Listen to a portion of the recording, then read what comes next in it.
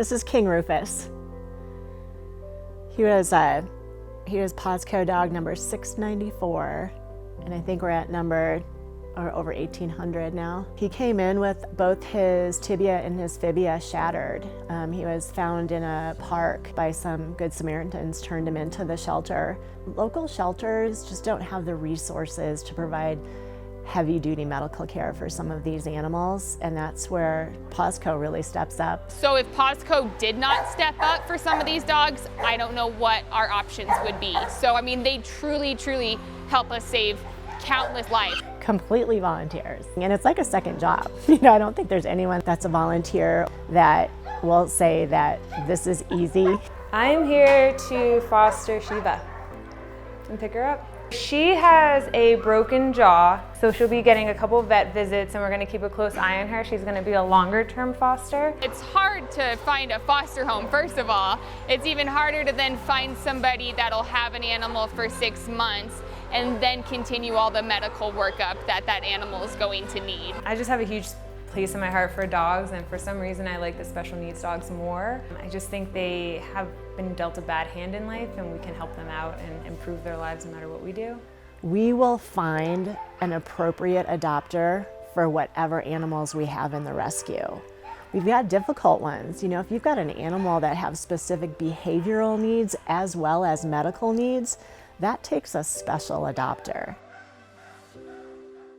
Come here, Brucey. We bring Bruce in every day to the office so that we have a nice companion, and B, he's just a great office dog.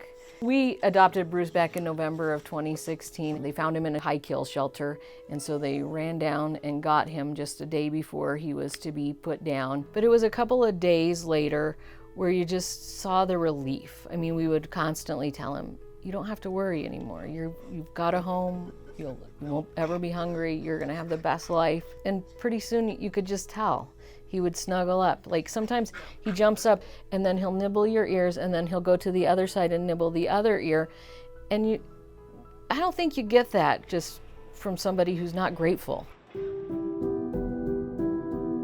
He was abandoned and kind of left for dead. And so he was about 34 pounds when they found him. All we know is that he just was a fighting dog. I have a feeling that he maybe was not super good at it, and that's why he was abandoned for so long. You can't see it now, but like from here to here, like this was all scars and just bloody open wounds, and it was pretty bad. But we were lucky enough to get him in better condition than when Kella, his foster mom, had found him. So she really was the one who just brought the best version of himself back. You could tell they just had such an amazing bond. I gave her monthly updates, and he has a whole fan base in Denver area, and so I started an Instagram for him so people can keep up on his journey and stuff. And something about his story, like I immediately started crying when I read it, and I was like, I have to have this dog. There is nothing that fills your heart more than knowing you saved a life. And don't we have the responsibility to take care of the creatures that need us and depend on us?